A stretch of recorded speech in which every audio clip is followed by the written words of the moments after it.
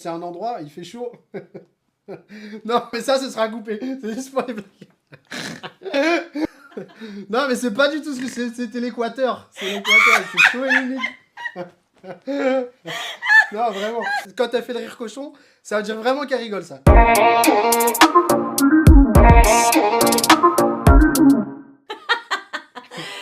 Talks Media, épisode numéro 1. Bonjour à tous, bienvenue dans le premier épisode de Real Talks Media. C'est vrai, j'ai mis quelques mois avant de sortir le premier épisode et vous avez été nombreux à me demander la raison de cette attente. Non, l'objectif n'était pas de teaser comme vous me l'avez tous dit. C'est simplement que j'attendais le retour de Weshdi, notre premier invité, une des personnes qui m'a inspirée pour du coup la création de ce média. Et c'était évident pour moi qu'il soit la première personne. Donc maintenant, il est enfin revenu de vacances. Donc je vous présente Weshdi. Bonjour. Voilà, donc je suis en retard comme d'hab, pour ceux qui me connaissent. Merci à toi, Sarah, de m'inviter pour ce premier média. Je suis très honoré et c'est parti. Déjà, avant toute chose, je vais te laisser te présenter rapidement. Je m'appelle Weshdi, bon, comme vous l'avez deviné, c'est voilà. Je vais pas vous donner mon âge, je vais vous laisser deviner. Ça veut dire que j'ai plus de 30 ans. Si je devais me définir, je pense que je dirais que je suis quelqu'un de solaire et qui aime beaucoup rire, qui a beaucoup d'autodérision et qui aime beaucoup partager le rire généralement avec tout le monde. Et qu'est-ce qui te met en joie au quotidien? Qu'est-ce qui fait que tu t'arrives à alimenter cette joie de vivre? Alors, ce qui me met en joie au quotidien, généralement, c'est quand je suis en France et dans ma routine, etc., ça va rester les choses simples. Ça va rester vraiment voir des amis, prendre un café, me balader, voir ma famille. C'est vraiment très basique. Mais au quotidien, là, j'ai trouvé une source de joie qui est dans justement quelque chose de pas routinier, quelque chose qui va pas de routine, quoi. Et donc, je l'ai trouvé en voyageant et en voyant une multitude de choses. Donc, c'est ça j'ai trouvé ce qui me rendait vraiment heureux. Le voyage, voilà, le fait de voyager, découvrir de nouvelles choses. Voilà, c'est ça. Et au quotidien, après, ça reste vraiment des choses basiques, des choses primaires. C'est-à-dire que depuis ce qui m'est arrivé, j'ai redirigé mes sources de bonheur, au lieu que ce soit, par exemple, matériel ou... Vraiment, ouais, surtout matériel, parce que c'est souvent du matériel, s'acheter des beaux habits, s'acheter une voiture. Bon, j'aime toujours les beaux habits, t'inquiète. Ça. Mais c'est plus dans les moments et aussi dans les interactions avec les gens. C'est important pour toi d'avoir un bon... C'est ça c'est vraiment... je m'entoure de personnes, généralement, qui ont aussi une joie de vivre, qui sont pas... vraiment, qui sont pas ternes et qui essayent de... Je sais que c'est pas facile, hein, je dis pas, voilà, tout le monde, on a tous les aléas, mais vraiment j'essaye c'est ce qui me rend, je pense, au quotidien heureux, c'est ça. C'est mon entourage, en fait, c'est mon entourage, effectivement, et les moments. Donc, et plus, comme j'ai dit, j'ai vraiment redirigé tout ce qui me rend heureux au lieu que ce soit les biens matériels et les choses, c'est vraiment les moments et les gens. Et c'est vraiment ce qu'il y a aujourd'hui autour de moi. Il n'y a plus... depuis que ma vie a changé, il y a peut-être plus autant de monde qu'auparavant, mais par contre, c'est beaucoup plus qualitatif. Tu viens de dire à plusieurs reprises que ta vie a changé, que tu es devenue une nouvelle personne, que tu n'es plus la personne que tu as pu être auparavant, du coup à un événement. Est-ce que tu veux bien nous en parler? Ouais, alors ça va être une des premières fois déjà que j'en parle de façon totalement... à découvert, comme je dirais. Mais il y a très peu de gens dans mon cercle qui sont au courant. Mais ça fait depuis maintenant 8 ans que je suis tombé malade, et gravement. Donc c'est pas un petit rhume. Sans dire le nom de la pathologie ou quoi, mais c'est quelque chose qui m'a impliqué. Là, je vis vraiment à 2 mois d'échéance. C'est-à-dire que tous les 2 mois, je sais plus ou moins à quelle sauce je vais être mangé, si je peux dire ainsi. Mais ouais, c'est ce qui a vraiment bouleversé ma vie. Mais je dirais que je suis quand même heureux de le vivre, et parce que ça a vraiment déclenché quelque chose dans mon cerveau qui fait qu'aujourd'hui, je sais à quel point c'est important de vivre. Parce que à tous les mois, je vais faire des examens, et tous les 2 mois, j'ai vraiment des échéances qui tombent et qui sont qui font peur, entre guillemets. Donc aujourd'hui, j'arrive à me dire, bon, depuis 8 ans, avec des hauts et des bas, on m'avait on m'avait pas destiné une longue vie, mais je suis encore là et je compte bien y rester de toute façon. Donc voilà, c'est ce qui a un peu changé tout mon mindset. Je pense que j'ai pris, on va dire, 20 ans d'un coup. À l'âge, je vais pas dire mon âge comme ça fait mystérieux. Voilà, je vous laisse. Tu vois, même quand tu racontes un truc triste, tu nous fais des Voilà, blagues. mais vraiment, c'est ce qui a vraiment changé ma vie et je suis content. Au début, j'étais en colère, effectivement. Je me disais, bon, mais pourquoi moi et machin, et si je mérite pas ça, et je suis jeune. Mais au final, je me suis dit, bon, après avoir touché le fond, et c'est là où vient un mot que j'aime beaucoup, c'est la résilience. Je me suis dit, bon, bah, c'est là que je dois remonter, et qu'est-ce que je peux tirer de cette épreuve pour devenir meilleur et pour quand même continuer à vivre, parce qu'au final, je suis en vie, et enfin, vous me voyez, je vais super bien. Je suis super frais. Non, voilà. Mais ça n'empêche pas que effectivement j'ai des bas, etc. Mais j'en ai fait, je pense, une force avec bon, tout ce que ça implique. Ça implique aussi que des fois je sois pas forcément super content et heureux. Mais c'est cet événement particulier qui a changé ma vie. Et tu vois, les gens ne le savent pas forcément, mais moi, tu fais vraiment partie des personnes qui m'ont donné envie de créer ce média.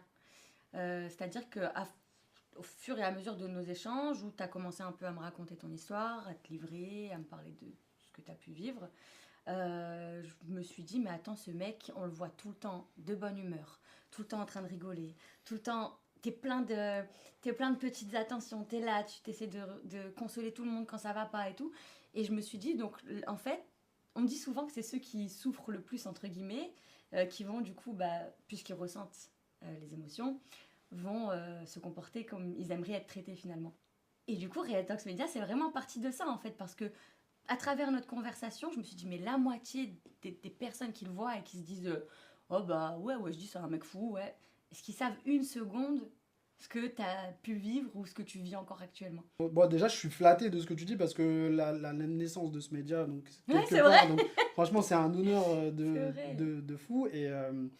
Mais effectivement, on n'imagine jamais ce que les gens peuvent traverser. Ce que je dis toujours, c'est que si tu prends n'importe qui dans une pièce, au restaurant, n'importe qui, tu viens et que tu t'intéresses simplement, tu lui dis vas-y, parle-moi de ta vie, tu vas voir que sa vie, certainement, elle est tout aussi difficile tout le monde a une histoire particulière. C'est juste que ce qu'on dégage et ce qu'on montre de prime abord, bah, c'est que tout va bien, c'est qu'on est heureux, c'est que et encore plus moi à travers les réseaux sociaux, et ça fait, comme je t'ai dit, ça fait 8 ans, et j'ai jamais mis une vidéo de moi à l'hôpital branchée, ou j'ai jamais mis, voilà, j'ai toujours mis quelque chose de beau, où je suis heureux, où tout va bien.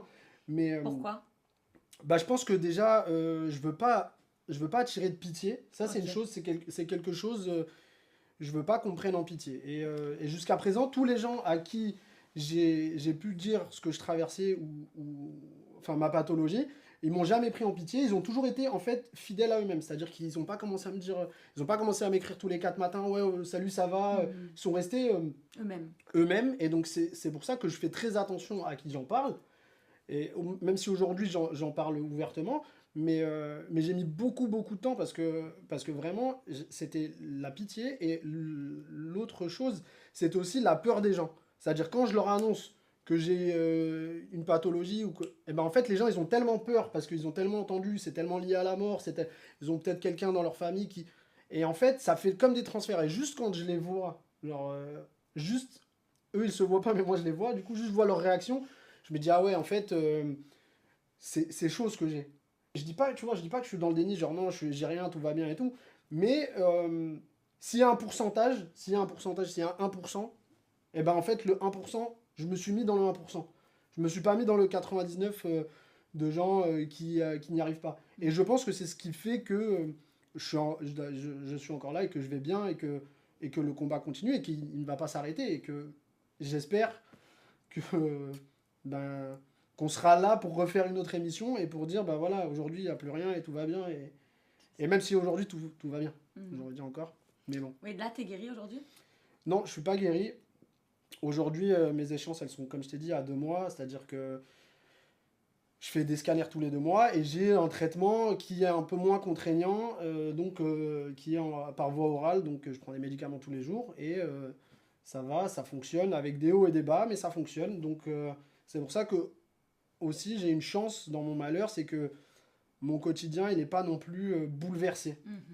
Si je devais aller à l'hôpital tous les jours ou toutes les semaines, je pense que et ça m'est déjà arrivé, je pense que c'est ce schéma-là qui fait que ben, t'es- tu peux avoir des downs. Quand t'es chez toi, quand tu sors, tu vas voir tes amis, tu fais du sport. Moi, j'ai pas arrêté le sport, j'ai continué. Et que j'ai la chance incroyable de pouvoir voyager, eh ben, je me dis, en vrai, j'en vois d'autres qui n'ont pas cette chance-là. Et du coup, j'arrive quand même à tirer quelque chose De de positif. positif dans ces trucs-là, tu vois. Tu nous as dit justement que tu adorais voyager. Ouais. Et du coup, le fait que tu as cette maladie et que tu peux prendre un traitement à distance, je pense que ça t'a vachement facilité dans ce projet de voyager. D'ailleurs, parle-nous de ton projet, du coup, maintenant que qu'il y a le nouveau toi qui... Ouais. Bah, mon projet, alors en fait, déjà c'est parti un peu de façon anecdotique, c'est-à-dire que j'avais pas de projet. Mon projet c'était de vivre et de profiter pleinement de la vie. Alors je dis pas que mon schéma de vie c'est celui qui est juste, il y a des gens qui peuvent être très, très bien à avoir un boulot avec aller de 9 h à 17 h au boulot, être heureux, enfin il n'y a pas pour moi, mais mon schéma de vie c'est aujourd'hui c'est effectivement de voyager. Ok.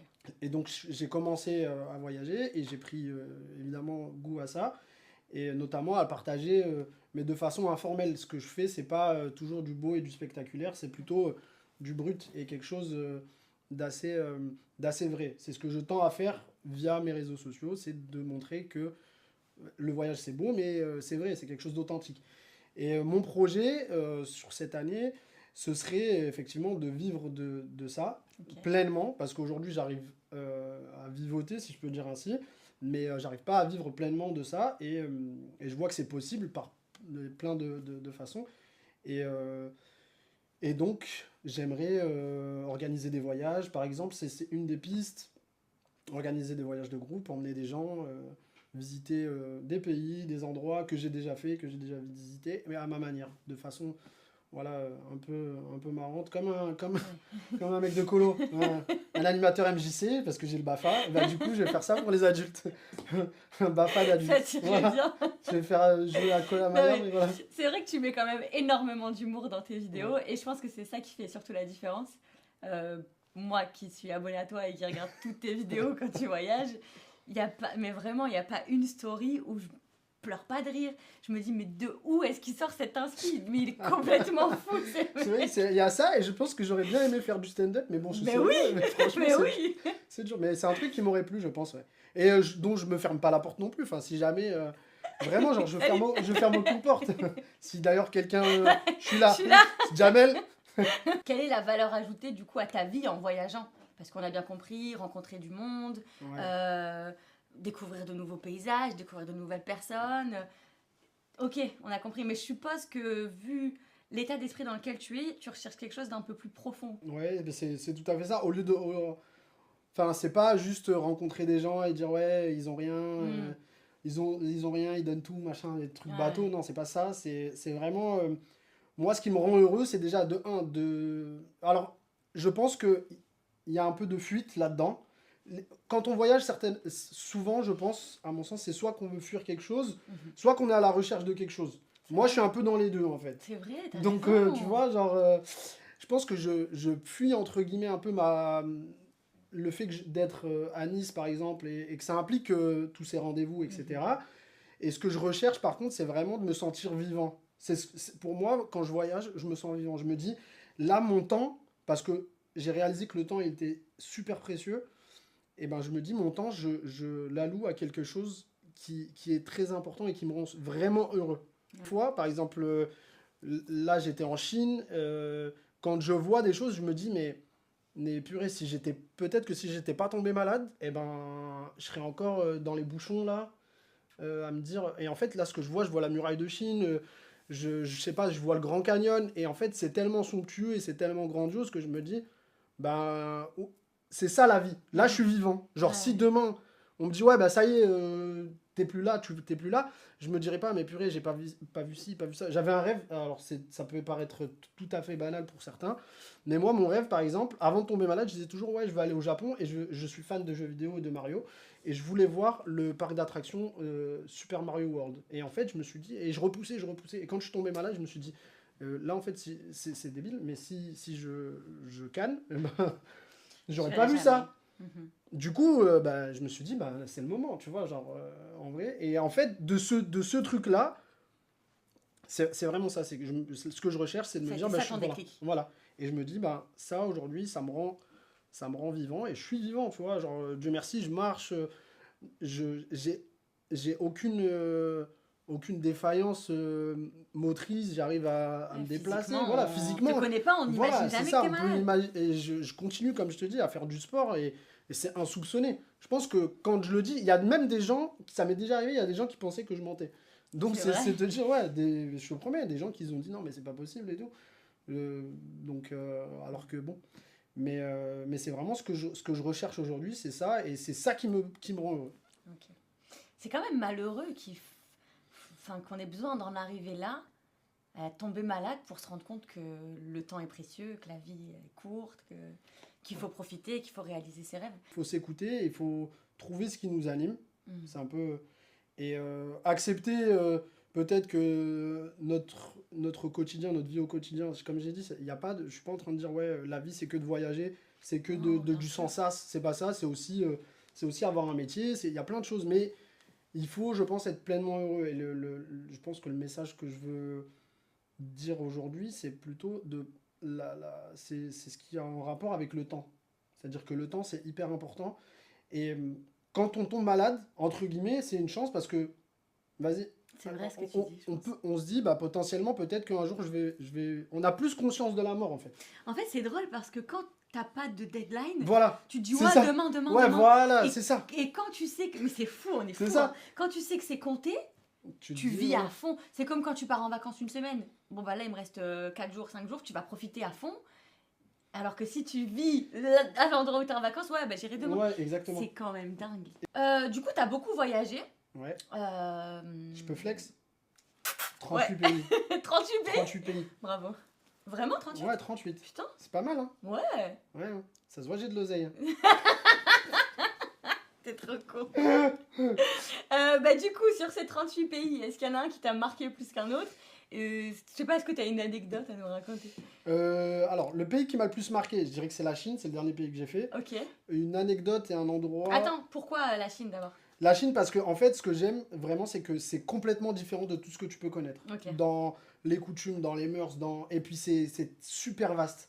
Là, j'aimerais y retourner parce que j'ai même pas vu, je pense, j'ai vu 1% du pays.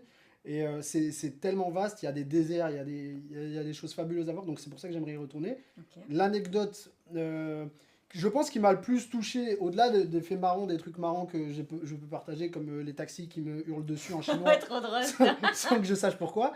Il y a ça. Non, ce qui m'a le plus touché, et je pense émotionnellement m'a fait grandir, c'est de graver graver dans la roche. c'est de gravir le mont Rinjani en Indonésie, qui fait 3800 mètres à peu près. Tu flexes. Ouais, je flex encore, je suis un peu inoxtag. Ouais, c'était de gravir le mont Rinjani, et parce que en fait, j'ai vraiment éprouvé une difficulté, et avec les médicaments que je prends, j'ai un peu réalisé que ce que je faisais, c'était quand même une prouesse. C'était vraiment, vraiment très difficile, très éprouvant. J'étais physiquement, je pense, en dessous de ce que je pouvais attendre. Et c'est ça qui m'a... Arrivé en haut, franchement, genre larmichette, tu vois. Ok, d'émotion ouais, ou voilà. de difficulté? J'étais vraiment... Bah, c'est tout qui était mélangé. Mais je suis arrivé en dernier, il faisait nuit. Enfin bref, c'était... mais j'étais super fier de moi. Je me suis dit, bah... C'est là que je vois la puissance du mental. Du mental. Vraiment, vrai. Genre, vraiment, on peut pas imaginer à quel point ça fait très bateau, ça fait très... mais genre, vraiment, la puissance du mental, tu peux même pas imaginer. Donc, c'est cette anecdote que je retiens de l'ensemble de mes voyages, outre le fait les choses marrantes. Mais vraiment, c'est le moment que... Si je devais choisir un moment, c'est celui-ci. Voilà. Ok. Et le vlog du Mont Rinjani, je vais le sortir prochainement. Et vous entendez? Voilà, comme ça. Je sais qu'il y a beaucoup, en plus, je sais qu'il y a beaucoup de gens qui Je m'ont l'ai dit... attendu, ce vlog. Les gens, ils me relançaient, ils me disaient, ouais, le vlog Rijani, le vlog Rijani. Je disais, ouais. On dirait un ex-toxique. Ouais, t'inquiète. Ouais, t'inquiète, je vais changer. Je te promets. Ouais, t'inquiète. Ouais, bientôt. T'inquiète, bébé, c'est la dernière fois. Mytho, c'est un menteur. Demain, si tu pouvais aller n'importe où, là, tout de suite, ce serait où? En vrai, ce serait un endroit spirituel aujourd'hui. Je pense que, voilà. Ouais. C'est intime. Ok. C'est un truc républicain, c'est une Ouais, interview c'est bon, républicaine. j'ai compris. T'as capté? Je croyais que t'allais me dire, je sais pas, faire une retraite spirituelle à Bali. Ouais, mais tu vois. un peu, enfin, Mais tu oui, vois, je la comprends. retraite spirituelle là-bas. Ok, bah Ça ça sent c'est le cool. oud là-bas. Ça c'est bien. Ouais, non, vraiment, ce serait, je pense, si je pouvais là, maintenant, tu me disais, ouais, vas-y, demain on part, je te dirais, on va là-bas. Parce que actuellement, c'est ce dont j'ai besoin. D'accord. Ça n'empêche pas que je vais partir autre part, j'espère, et que je veux quand même continuer à voyager. J'ai pas fait l'Amérique du Sud, par exemple, pas du tout. Et je rebondis sur ce point-là parce que je vais faire partie d'une agence justement de voyage Trop cool. avec mon ami Anouar, qui Ok. verra certainement cette vidéo. Tu vois, la pub gratuite. Putain, le mec. Et qui s'appelle Melting Voyage. Et donc, je vais intégrer cette équipe et notamment voyager en Amérique du Sud, etc. etc. Trop génial. Voilà. Donc quoi, tu prends des groupes un peu guides. Voilà, c'est ça. Trop bien. C'est ça, j'espère faire de l'oseille. Bah ouais. Waouh. Vous attendiez pas ça? Le froid. C'est genre, waouh. Parce qu'on me retrouve sur Instagram, Ok. qui est principalement le média où j'opère. Ok. Je vais commencer à faire beaucoup de TikTok, je pense. Et aussi une chaîne YouTube pour montrer vraiment l'intégralité de mes vlogs, parce que je vais faire mes vlogs. Donc, mon Instagram, je peux le donner ou... Ouais, bien sûr, bien sûr. C'est bon? Allez, Donc, bof. Wajdi, Pff, je c'est sais compliqué à écrire. Wajdi, On vous l'écrira. voilà, Wajdi JG. Pareil pour TikTok, et Ok. ce sera pareil pour YouTube. Ok. Donc c'est là que... YouTube, ça n'existe pas encore. Hein. YouTube, ça n'existe pas encore, mais ça ne saurait tarder. Ok. Et 2025, avec toi, bien sûr, Ok. et avec tous les acteurs qui sont autour de moi, je veux vraiment que ça prenne de l'ampleur et je vais me focaliser sur ça. Là, je reviens à peine, donc ça commence à se mettre en place, Mhm. mais vraiment, je mets un point d'honneur à ce que 2025, je puisse vraiment kiffer pleinement cette activité-là. Voilà. Ok. Bah, c'est tout ce qu'on te souhaite. Pouce bleu. Pouce bleu, abonnez-vous si Abonnez-vous. vous voulez voir la vidéo vlog numéro 2 tant attendue. Exactement, ouais, c'est vrai. Vraiment. Promis, là, je la là, sors, promis. on va tous te mettre des coups de pression si tu la Promis, sors pas. Hein. promis, je la sors. Ok, Promis. ça marche.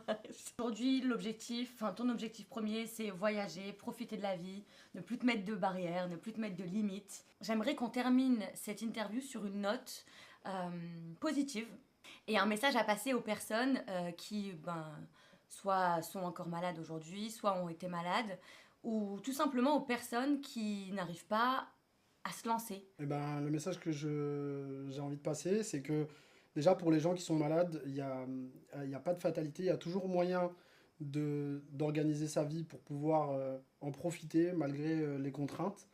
Je pense que j'en suis la preuve vivante du coup. Et c'est vraiment ce message aussi que je veux faire passer, c'est que peu importe la pathologie que vous avez, le handicap ou ce que vous traversez, si par rapport à la maladie, vous pouvez quand même rendre votre quotidien agréable et vous pouvez passer des bons moments sans forcément, même si c'est voyager, c'est bien, si c'est être entouré de bonnes personnes, si c'est aller se balader, prendre un café, des fois ça réside dans les choses vraiment très simples.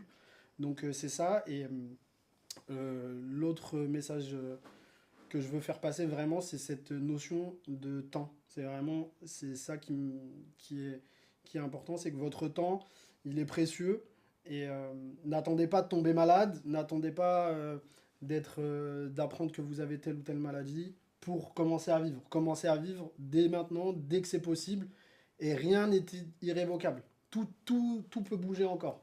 Vous avez des enfants, vous pouvez voyager avec des enfants, vous pouvez faire tout un tas de choses. Il faut juste y croire et se dire, voilà, c'est possible, il y a pas de limite. Ne vous imposez pas, ne vous frustrez pas en vous disant, ouais, c'est pas possible, j'ai un métier, j'ai ci, j'ai ça, mais comment je vais devenir crever de faim? Vous creverez pas de faim, vous vous retrouverez pas à la rue, ce sera peut-être moins confortable, mais vous serez peut-être plus heureux. Donc c'est vraiment rediriger comme j'ai dit, peut-être le bien matériel et rediriger tout ça vers les moments et les personnes qui vont vous entourer. C'est vraiment ça. Voilà mon message. Ok. Merci beaucoup, SD, pour De ce rien. témoignage vraiment touchant. Merci pour ta sincérité, merci pour ton honnêteté. Et merci de nous avoir parlé à cœur ouvert. J'espère vraiment que cet échange va inspirer et va permettre à ces personnes qui hésitent encore, qui peuvent être en état de souffrance aujourd'hui, de reprendre un peu confiance et du coup d'avoir cette niaque et l'envie de profiter de la vie, parce que c'est vraiment pour ça que Real Talks Media est né, pour vous inspirer, vous redonner confiance et vous donner envie d'être vous-même. Merci.